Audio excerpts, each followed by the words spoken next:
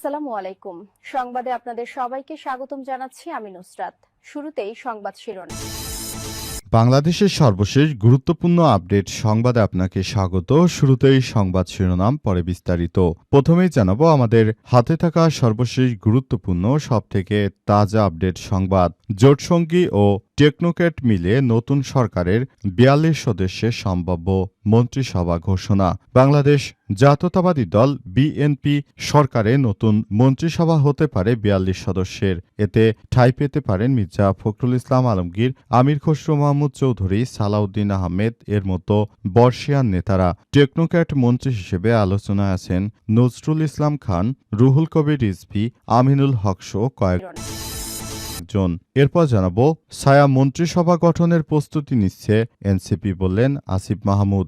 জাতীয় নাগরিক party NCP ছায়া মন্ত্রিসভা গঠনের প্রস্তুতি নিচ্ছে বলে জানিয়েছেন দলটির মুখপাত্র আসিফ মাহমুদ সজীব ভুঁইয়া। আজ 10:16 নিজের ভেরিফাইড ফেসবুক পেজে দেওয়া এক পোস্টে এই তথ্য জানিয়েছেন তিনি। পোস্টে আসিফ মাহমুদ লিখেছেন, আমরা ছায়া মন্ত্রিসভা গঠনের প্রস্তুতি নিচ্ছি। ছায়া মন্ত্রিসভার ভূমিকা সম্পর্কে তিনি বলেন, স্বচ্ছতা, জবাবদিহিতা নিশ্চিত এবং সার্বিক কার্যক্রমে ওয়াচডগ হিসেবে কাজ করবে ছায়া মন্ত্রিসভা। এদিকে ৩০ আসনে পুনঃগণনার দাবিতে ইসিতে ১১ দলীয় জোটের নেতারা। ত্রয়োদশ জাতীয় সংসদ নির্বাচনে ৩০টি আসনে জোট জালিয়াতি, কারচুপি ও ফলাফল শিটে ঘষামাজার অভিযোগ তুলেছে। ভোট পুনর্গণনার দাবিতে প্রধান নির্বাচন কমিশন সিইসির সঙ্গে সাক্ষাৎ করতে নির্বাচন কমিশন ইসির কার্যালয়ে গেছেন ১১ দলীয় ঐক্যের নেতা। এদিকে খুলনায় দাঁড়িপাল্লা সমর্থকের বাড়িতে অগ্নিসংযোগের অভিযোগ। খুলনার ফুলতলা উপজেলার আটরা গিলাতলা ইউনিয়নে দাঁড়িপাল্লার প্রতীকের এক সমর্থকের বাড়িতে আগুন দেওয়ার অভিযোগ উঠেছে দুর্বৃত্তদের বিরুদ্ধে। গভীর রাতে সংঘটিত হয় এই ঘটনায় উক্ত ব্যক্তির বসতঘর পুড়ে গেছে। এবং সর্বশেষ জানাবো রাষ্ট্রপতি সহ সম্ভাব্য মন্ত্রিসভায় আলোচনায় যারা। বাংলাদেশ জাতীয়তাবাদী দল বিএনপি সরকারের নতুন মন্ত্রিসভা হতে পারে ৪২ সদস্যের। এতে ঠাঁই পেতে পারেন মির্জা ফখরুল ইসলাম আলমগীর এবং রাষ্ট্রপতি হিসেবে থাকতে পারেন প্রফেসর ডক্টর মোহাম্মদ ইউনূসের সরকার। এমন একটি বাংলাদেশের কথাই তারা জানিয়েছে। প্রিয় দর্শক, এতক্ষণ শুনছিলেন সংবাদ শিরোনাম, এবারে বিস্তারিত। তবে তার আগে বন্ধুরা অনুরোধ থাকবে এই সংবাদটিতে একটি লাইক দিন। এই চ্যানেলে আপনি নতুন হয়ে থাকলে আমাদের সংবাদটি দেখতে দেখতে চ্যানেলটি সাবস্ক্রাইব করে রাখুন।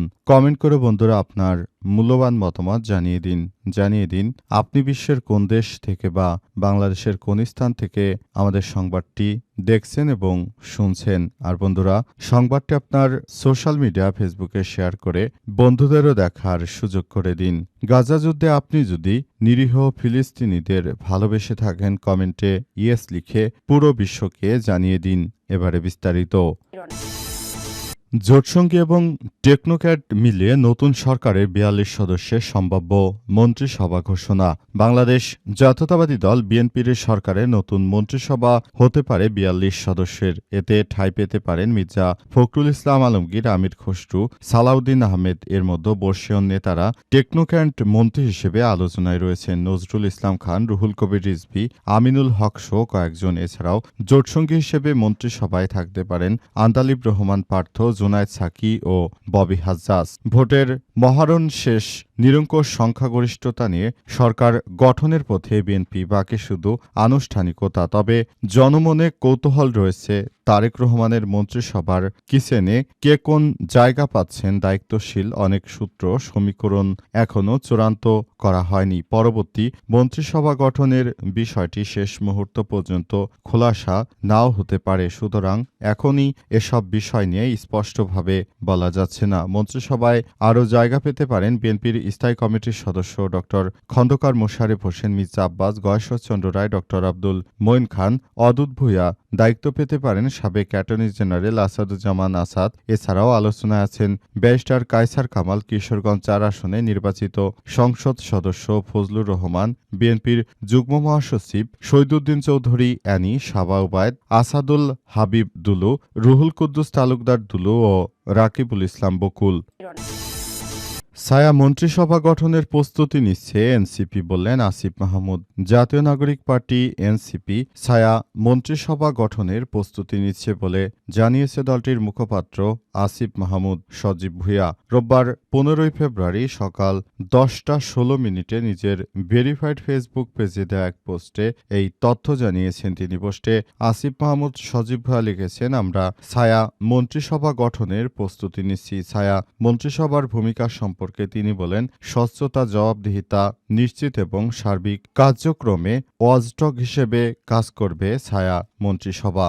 গত 12 ফেব্রুয়ারি অনুষ্ঠিত ত্রয়োদশ জাতীয় সংসদ নির্বাচন ও গণভোট 300 আসনের মধ্যে 299টিতে ভোট গ্রহণ করা হয়। শেরপুর 3 আসনে জামাত ইসলামের প্রার্থীর মৃত্যুর কারণে ভোট গ্রহণ বাতিল করা হয়। এছাড়াও ঋণখেলাপি অভিযোগে আদালতে নিষেধাজ্ঞার কারণে বিএনপির 2 প্রার্থীর ফলাফল স্থগিত করা হয়। ঘোষিত ফলাফল অনুযায়ী 297 আসনের মধ্যে বাংলাদেশ জাতীয়তাবাদী দল বিএনপি এককভাবেই 209টি আসন পেয়েছে।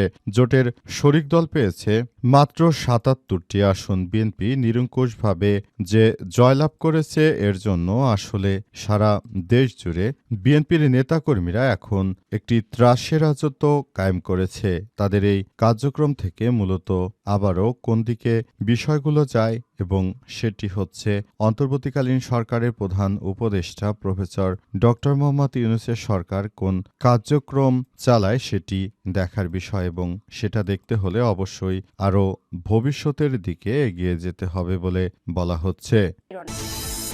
30 আসনে পুনর্গণনার দাবিতে ইসিতে 11 দলীয় জোটের নেতারা। ত্রয়োদশ জাতীয় সংসদ নির্বাচনে 30টি আসনে ভোট জালিয়াতি, কারচুপি ও ফলাফল শিটে ঘষামাজার অভিযোগ তুলে ভোট পুনর্গণনার দাবিতে প্রধান নির্বাচন কমিশন সিইসির সঙ্গে সাক্ষাৎ করতে নির্বাচন কমিশন ইসির কার্যালয়ে গেছেন 11 দলীয় ঐক্যের নেতারা। আজ 11:40 রাজধানীর আগারগাঁওয়ে অবস্থিত নির্বাচন ভবনে পৌঁছান তারা। এর আগে শনিবার 14 ফেব্রুয়ারি 11 দলীয় জোটের ব্রিফিংয়ে জোবায়ের অভিযোগ করেছেন, নির্বাচনের দিন বিভিন্ন আসনে জালিয়াতি, ভোট প্রদানে বাধা, এজেন্টদের কেন্দ্র থেকে বের করে দেয়া এবং ফলাফল শিটে ওভাররাইটিং, ঘষামাজার মতো অনিয়মের ঘটনা ঘটে।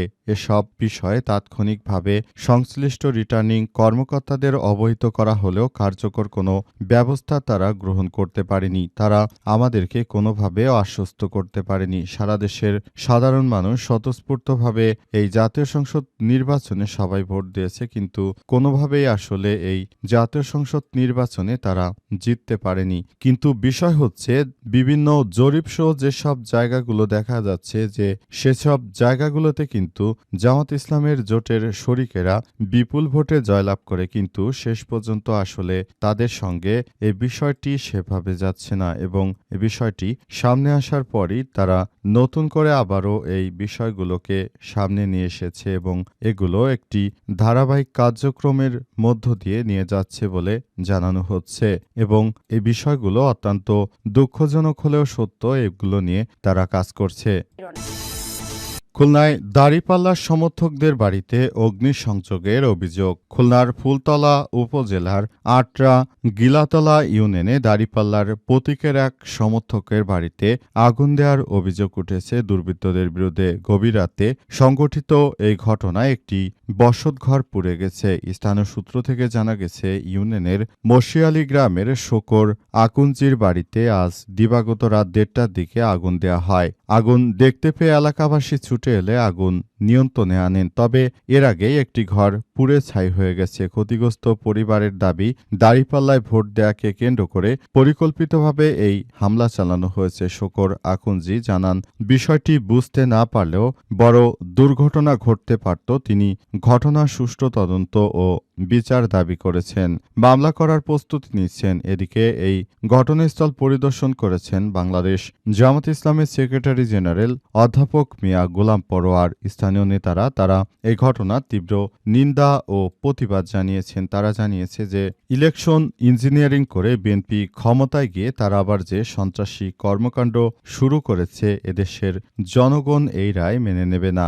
অন্তর্বর্তীকালীন সরকারের প্রধান উপদেষ্টার সঙ্গে তারা ভোট কারচুপি করে যে ধরনের ক্ষমতা এসেছে, এই ক্ষমতাকে কোনোভাবেই মেনে নেওয়া হবে না এবং এই ক্ষমতা দীর্ঘায়িত হবে না। এই ধরনের কার্যক্রম যে তারা শুরু করেছে, এখন যদি আমরা জুলাইয়ের একটি ঘোষণা দেই তাহলে অসংখ্য মানুষ বেরিয়ে আসবে, কিন্তু আমরা চাই না যে নতুন করে দেশে আর একটি গণ অভ্যুত্থান হোক। এতে স্বৈরাচারের দোসর যারা রয়েছে তারাও আবার সুযোগ পাবে। সুতরাং এখন যদি আমরা এই ধরনের কার্যক্রম করি তাহলে সেটি অত্যন্ত দুঃখজনক হলেও সেই বিষয়টি আসলে অন্যদিকে চলে যেতে পারে। তাই আমরা যাচ্ছি না বলে এটা আমাদের দুর্বলতা নয়, বরং তাদেরকে এখন থেকে এসব বিষয় নিয়ে আরো বেশি সতর্ক হতে হবে। তা না হলে তাদের বিরুদ্ধে আমরা অ্যাকশনে যেতে বাধ্য হব।